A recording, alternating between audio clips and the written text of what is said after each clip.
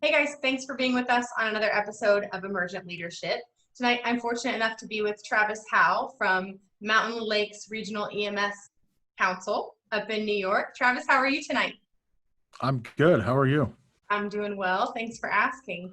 So, always wanted to do what we typically do, dive into kind of your experience. For those who don't know you, Travis, if you don't mind telling us a little bit about yourself and your path to leadership and how you landed where you are today.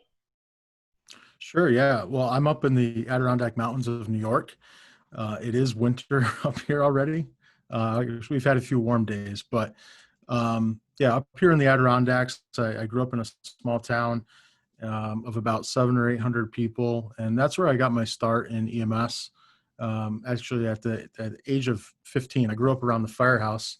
My father was a firefighter, and my brother was a firefighter, so that's really where I got my start in the industry as a volunteer. And then, kind of progressed through my teen years to where I was hired as a full-time EMT in the town of Queensbury, which is about an hour south of where I grew up. And from there, I slowly became a supervisor and eventually got hired here at Mountain Lakes in 2009 as like an admin assistant, participating in that type of role for about a year. And then the director at the time left the organization. And so they turned to me and said, would you like to do this on an interim basis? Do you want to be the director? So I kind of, I fell into this role about a decade ago, and that's where I sit. Been in EMS for about 22 years, and this is my full-time gig. And then, I do some part-time stuff. I'm a deputy EMS coordinator here in Warren County, New York, and I still work part-time on the ambulance. Nice. So I just heard you say something that's kind of interesting. You went from an administrative assistant role to a director of an EMS agency. Did I hear that right? Yeah, well, yeah, pretty much. So, Yep. yeah, it's super atypical. Obviously, most people's kind of intro into this EMS agency is from being on a truck, and we see and hear a lot about a progression from a truck to maybe a field training officer or a supervisor, middle management, senior management, and kind of this step by step. Sounds like you took a pretty big jump. So I think that says one of two things about you. Either you built a relationship with somebody who has a lot of trust in you, you have visibility to a lot of things, and it kind of proven your worth. And I guess those are really the only two options in my mind why someone would allow for that. I like to think so. I mean, I like to think at the time I was doing a good job. I think the organization had been through a lot of change, and they had been through several directors. And so I don't know if if the board had an appetite at the time to do a full-blown search, which probably helped my case. But then it was, hey, if you want to do this on an interim basis, we'll see how it goes. And it went well enough to keep me here, Sure. a decade or more now. So yeah, 10 years later, you're doing something right, my friend. So it's tell me funny the how interim. things work out like that. It is. It is. We were just talking about a transition of mine that was kind of similar. So I'm always interested to know, and we hear this interim thing a lot in our world. So you're in an interim role, and you're surrounded by people who obviously have expectations. You're learning the role, learning the market. And the title of this show is Emergent Leadership. That to me is literally it almost should be immersion, right? It's leadership, but it's that trial by fire, get thrown into it and figure it out, which is not so different than I think a lot of people's experiences. Do you remember, tell me about a time or a success that you had or a challenge that you had when you were in that interim kind of figuring things out? Yeah, well, it took me about 3 years to figure it out, 3 or 4 years. We're one of 18 regions in New York State. And so we're a nonprofit, and we contract with the state to provide EMS oversight. And we also provide the bulk of the education in 5 counties, so EMT courses and advanced EMT courses. And when I took over, we were in quite a bit of debt. We owed the state $52,000 due to poor vouchering practices. And we also had a line of credit from our local bank that was open and pretty much maxed out. So right away, I had to figure out a way to um, bring in additional revenue, and that's not an easy thing to do, being in the business that we're in, and especially when you're trying to figure out how to educate people, EMTs and paramedics and things at a low cost, and just keep the system moving. So that was right away a massive challenge I look back at now. Thankfully, we got through it, but that's something I'm definitely proud of. And I think it's just having the right mindset at the time. I had a lot coming at me, but it's just having the right mentality, and not getting down about it, being positive, and I like to think when you think positive, good things happen, and we got through it. But that was certainly, early on, that was the biggest challenge I was facing. Sure. And financial challenges, like you said, it's something our industry faces and are facing today, especially with COVID, talking about, ET3 and changing dynamics with both federal and state and kind of local dynamics, about how do we get paid and how do we do all these things to keep us afloat, to keep us doing the job that we not only, are expected to do, but want to do. I think that's the nature of caregivers, is how do we figure this out? How do we problem solve? And so sounds like obviously you wouldn't still be where you were if you hadn't solved that problem. But it's something I'm sure that's ongoing. So as you were thinking through that challenge, how did you get through it? Where did you find the tips or the tools or the knowledge base to really move that needle? Well, part of it was, there's some I answer to a board I have 21 people on our board. Wow, And so, yeah, that's a but large board. there's 21. some really, it's super large. But there's some really, they're all good people, but there's some folks on the board who are more active than others, and who have been involved in um, roles such as president and vice president for a long time. And that's where a lot of the knowledge was. So it was just a matter of tapping into that. Again, just having the right mindset, and just, I'm a fairly laid back guy. Nothing really bothers me too much. I mean, of course stuff bothers me, but I don't necessarily um, let it show. And I think it's just, having the right mindset, staying positive. Um, and then those people who have been here for years, they've been here for, some of them have been on the board for over 2 decades. I was really just tapping into the history of things, figuring out why we had gotten into the position that we were in, and diving into their minds to help me figure it out. And then once I did that, it was a matter of, in our situation, it was bringing the education piece back in, because that's where we could bring in some additional revenue through AHA activities and things like that. Sure. But yeah, it's tapping into the resources that were there was definitely important.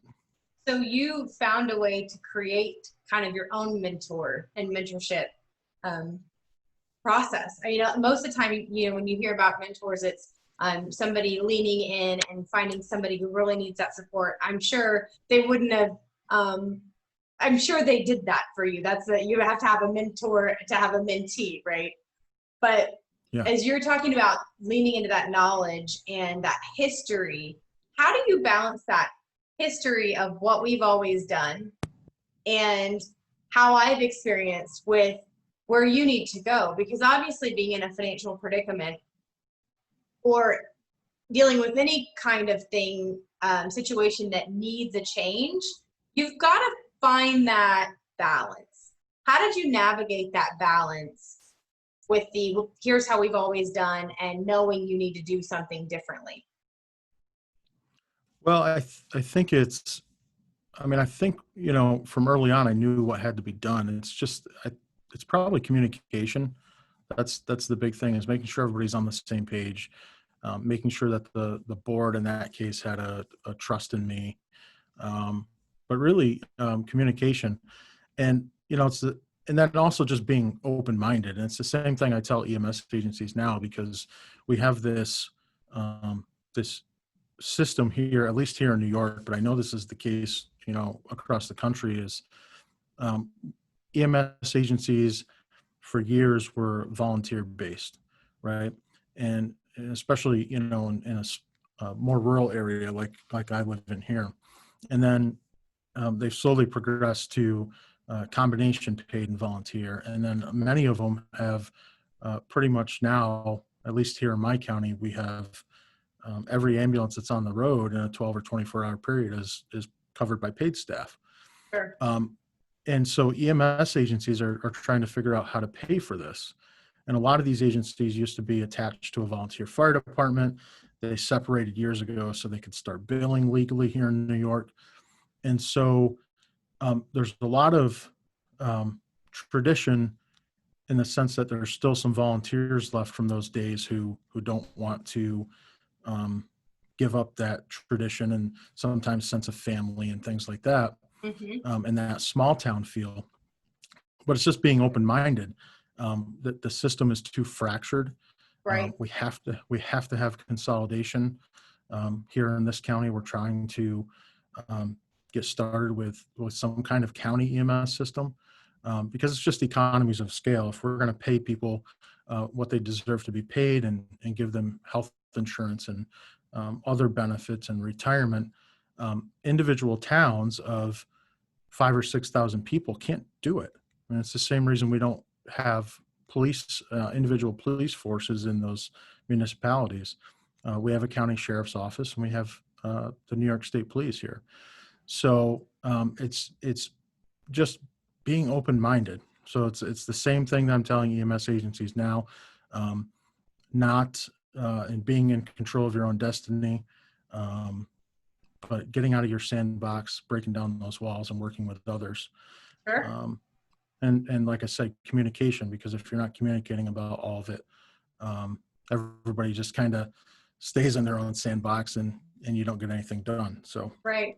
I think you're able to speak from a perspective that a lot of my former guests haven't been able to, right? From the kind of that fire volunteer side, that EMS side, that education side. I think you're a really unique blend of a lot of different sectors and elements of what make a successful EMS agency.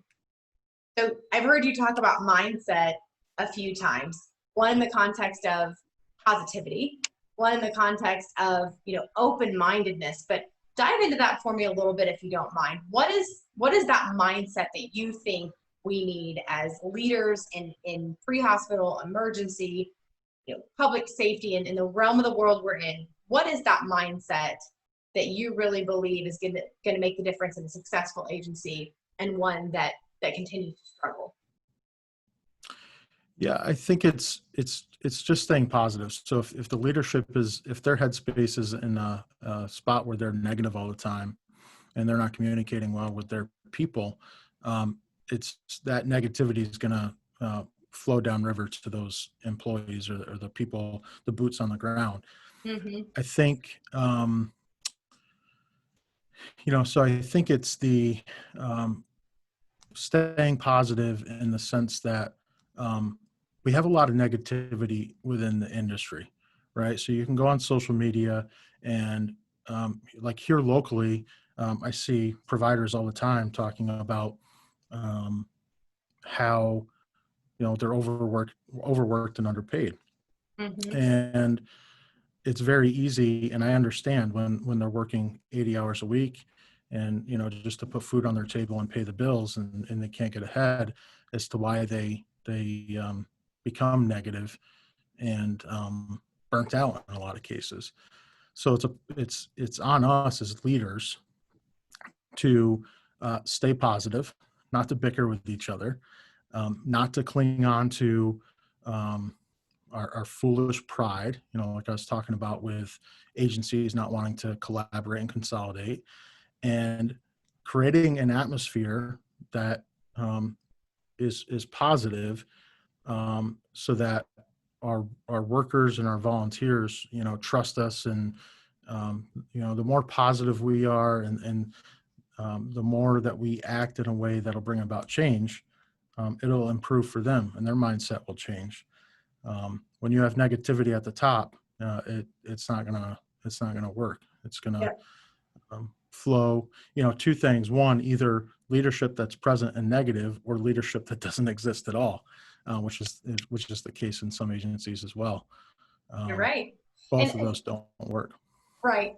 I talk about that a lot on a lot of these episodes. It comes up over and over of what really is leadership. And I always, if this is your first time listening or first time hearing it, leadership to me is not a title, right? Like you can be a leader and have a negative culture. So when people talk about culture and they talk about leadership, it's specific.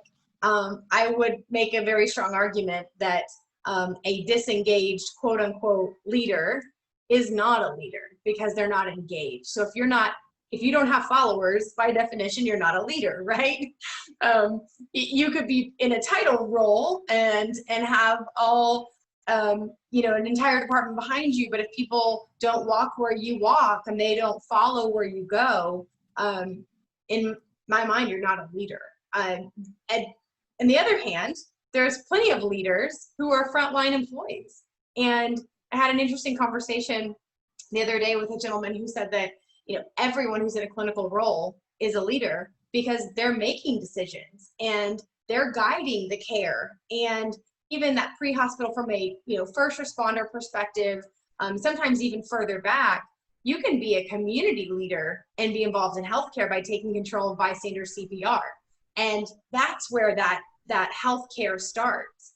So being a leader in healthcare doesn't mean a title. But I've heard you talking about agencies and things you tell people. I hear you as a very kind of consultative mindset where you obviously have a lot of visibility to different agencies and maybe regions and are able to be a little bit higher level in sharing your experiences. One of the places I know that you do that personally is at a conference. So you're the director of the Initial Assessment Conference.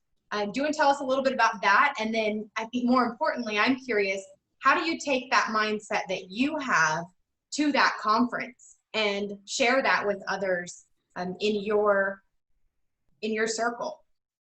Yeah. I think so. Yeah. Thanks for bringing that up. It's the Initial Assessment Conference is a conference that we hold here in the Adirondack Park every May. And we're about 10 years into it. And so it was created just before I became director.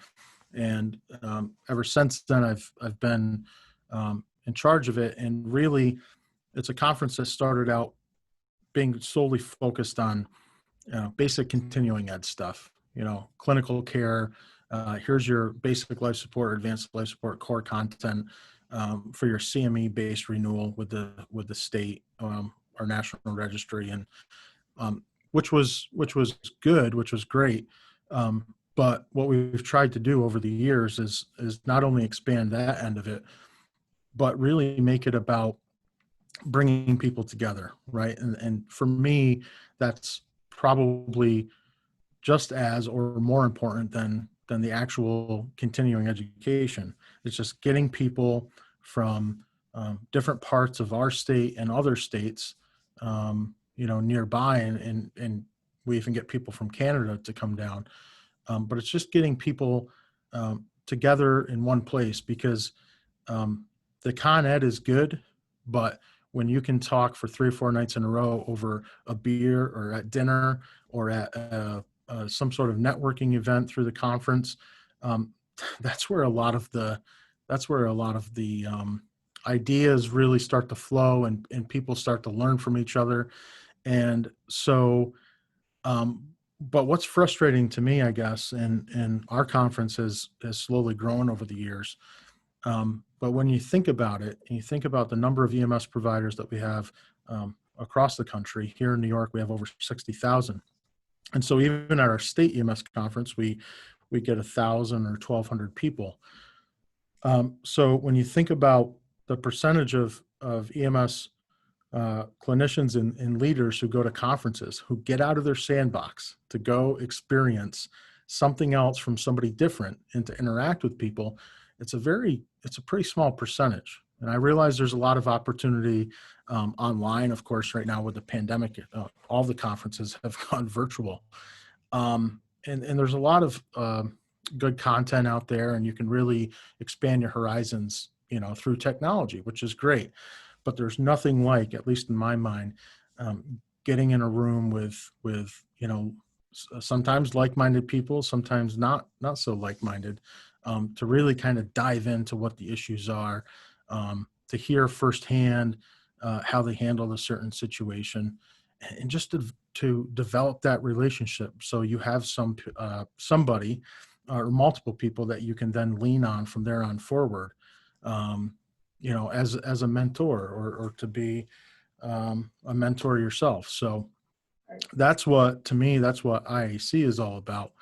And that's the stuff I like to focus on. We offer a ton of continuing ed in a lot of different areas, and we've expanded that, covering things like leadership and covering hot topics in EMS and all of that. But it's the other stuff that really gets my juices kind of flowing. Right.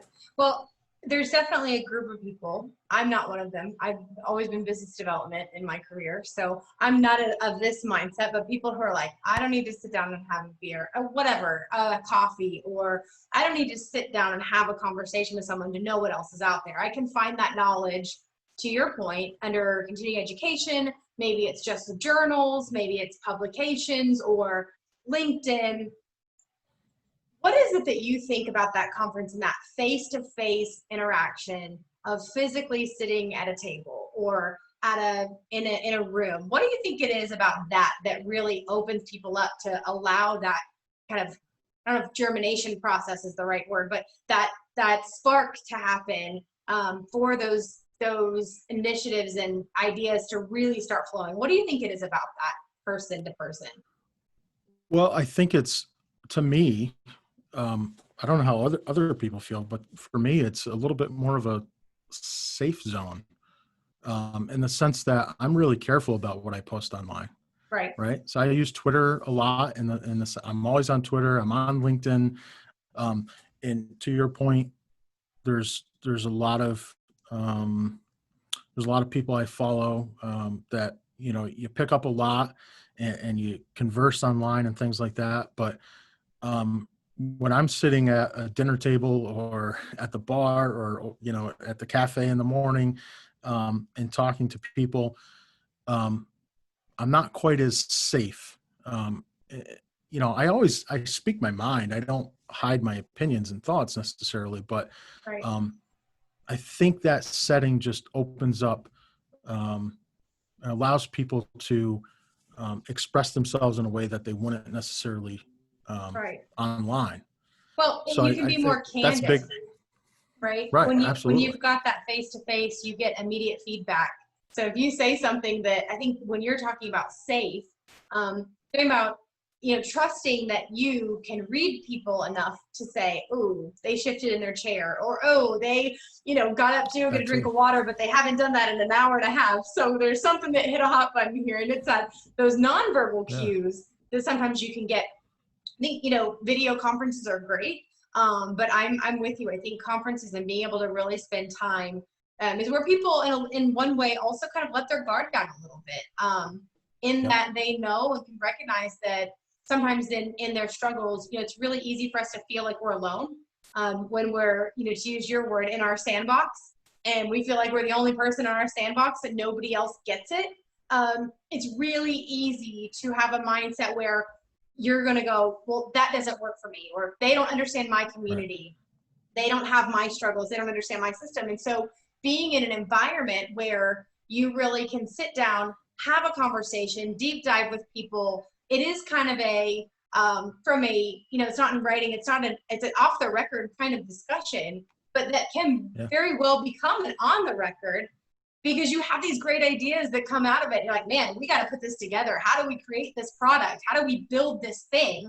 And I think that's really the powerful piece of being in a room with someone, whether that's at a conference, whether that's, in your own agency, to sit at a table with people and talk through challenging things, because your sandbox may be your agency at a state conference, maybe your state at a national conference, maybe your sector, but in your own agency, it may just be your department, right? How does your education department handle a challenge with finances when you've got a, front customer facing person that's trying to spend money, and you've got these people over here? And so how do you navigate those things? So I'm curious to know, how do you facilitate, as the director of IAC, how do you facilitate that brainstorming and those creative ideas flowing?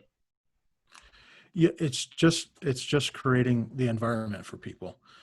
So there's really not a lot to it. We do a charity golf tournament on Wednesday that kicks things off. The people who attend that, it's usually say 50 people.